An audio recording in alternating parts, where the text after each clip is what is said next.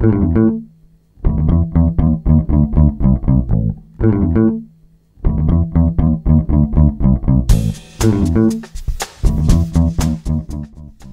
sure you know the frustration. You've gone to this website so many times in the past, and now it won't let you in. It's a wrong password, a wrong member name.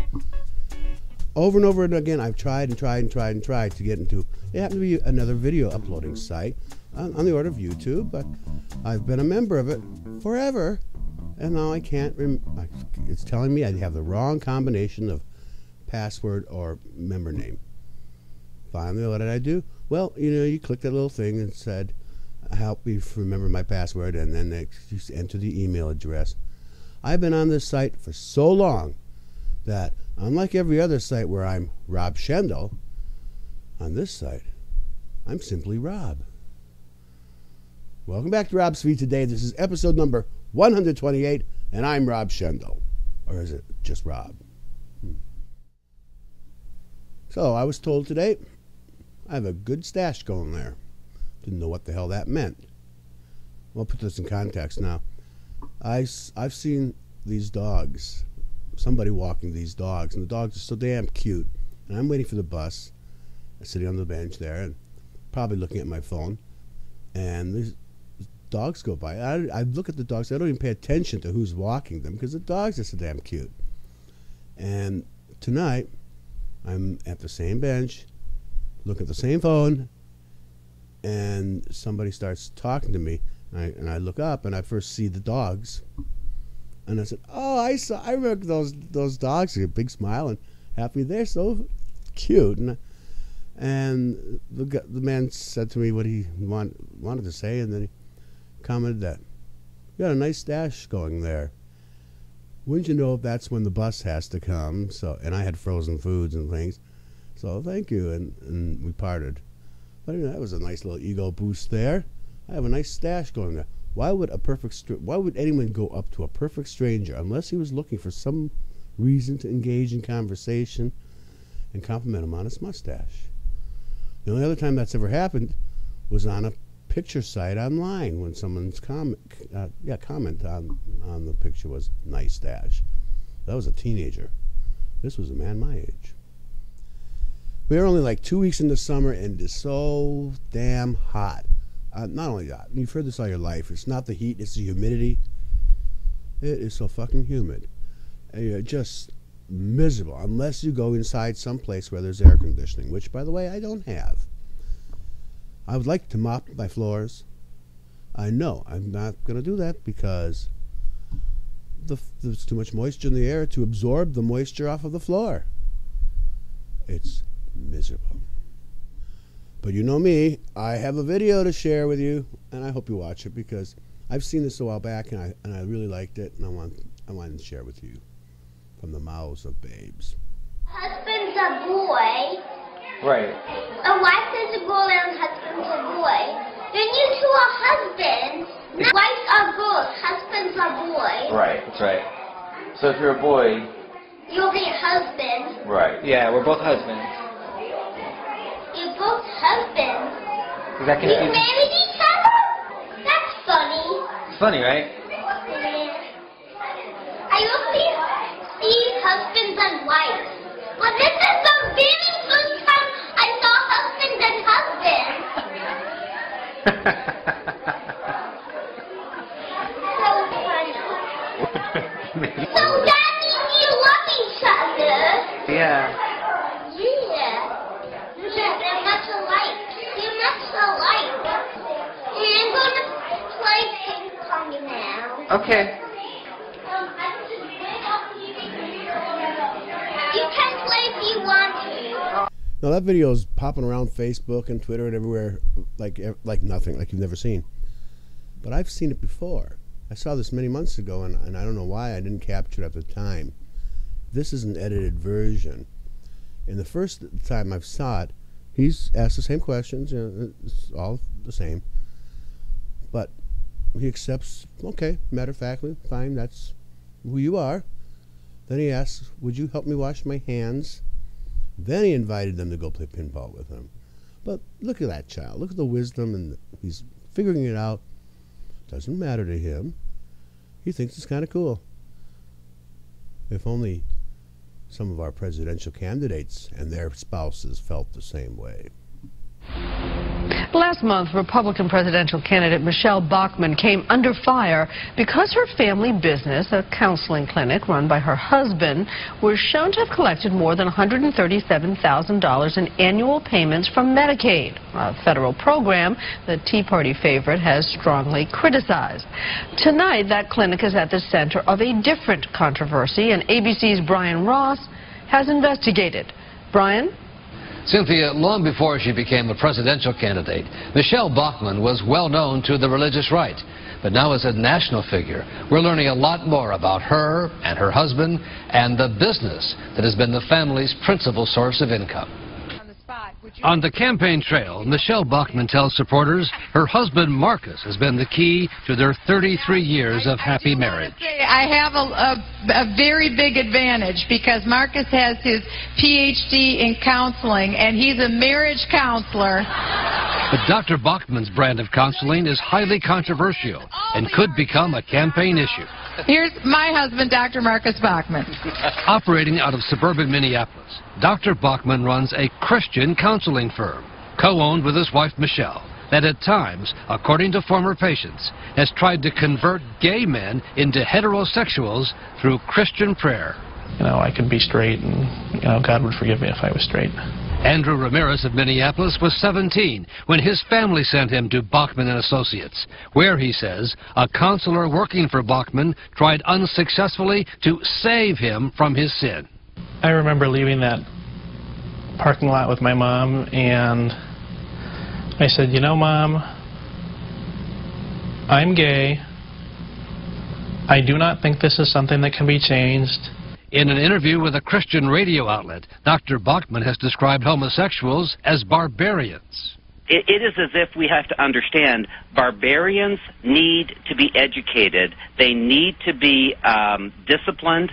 And just because someone feels it or thinks it doesn't mean that we're supposed to go down that road. But when a Minneapolis paper claimed 5 years ago the Bachman Clinic was trying to convert gays to straights, he called it a false statement. Now, undercover video shot just last month inside the clinic by a gay advocacy group, Truth Wins Out, seems to show some form of the practice is indeed offered to patients. Yeah, you're in the midst of a storm, you're in the midst of a battle.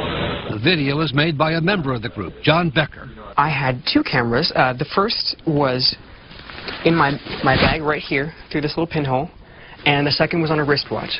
Becker told the clinic of feelings towards men and depression and asked if he could be rid of his homosexual urges through therapy and prayer. I think it's possibly totally free of them. He could cure your homosexuality? Yes. Is that what he said? Yes, he did. He said it several times. He said that change is possible. He's seen it. He believes that full change from homosexual to heterosexual is possible. The truth is, God has designed our eyes to be attracted to the woman's body. Sure. To be attracted to, everything. To be attracted to her friends. In the office, Becker also took a picture of a stack of books written by a self-proclaimed ex-lesbian, Janet Boynes, who in a promotional video for the book claimed she was able to cure her homosexuality through God. I believe God was always present in my life and by my side, calling my name even though I was trapped in the sin. And on the wall behind the stack of books was a personal endorsement from Dr. Bachman recommending her book and saying that her book spoke to truth that could set people free. Becker attended 5 sessions at the Bachman Clinic, charged about $73 for each visit. Each session began and ended with a prayer. The American Psychological Association has told members the idea of converting gays through therapy and prayer, called reparative therapy, is both ineffective and potentially harmful. Efforts to pray away sexual orientation, from the evidence we've seen, are unlikely to be effective. Now, that's not to say that people can't change their behavior or even change their identity, but changing their sexual orientation, changing that deep part of them about who they're attracted to, which emerges spontaneously in adolescence without choice, We have not seen any evidence that such therapies or such religious practices change that. The group that made the undercover video said it shows that the Bachmans have not been forthcoming about what actually happens inside the family business. I think this tape shows irrefutably that at Bachman Associates they do reparative therapy, which is trying to basically pray away the gay.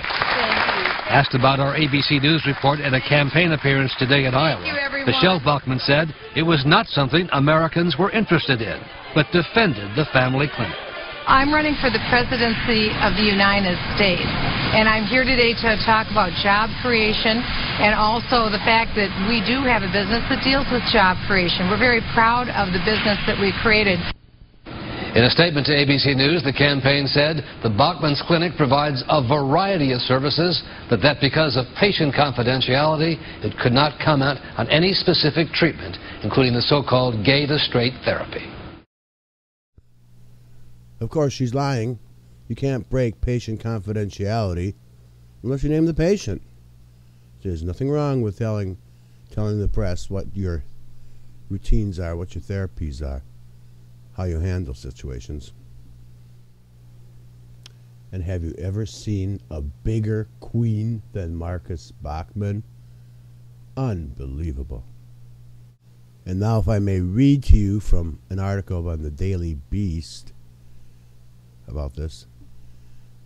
Neither Bachman nor many of his therapists have serious psychological training. His PhD comes from the Union Institute, a Cincinnati-based correspondence school. In 2002, it was cited by the Ohio Board of Regents, which said expectations at the doctoral level were not as rigorous as is common for doctoral work. Politico reported that he's not licensed with any of the boards that certify mental health professionals in Minnesota, which is one of the few states that allows unlicensed people to practice mental health care. And similarly, the associate's MA comes from Argosy University, a for-profit diploma mill. Now, why does any of this matter? Bachman may be dishonest about his practice, but he's not the one running for president. Yet, in describing herself as a small business owner, Michele Bachman clearly takes partial credit for Bachman and Associates, and so its activities reflect on her. Besides, she's made it clear that Marcus exerts authority over her, telling one church audience that she bowed to her husband's instructions to study tax law because the Lord made me submissive. Wives, you are submissive to your husbands. That means his character and beliefs are more germane to her candidacy than those of other political spouses. He's the head of the woman who wants to be the head of the country.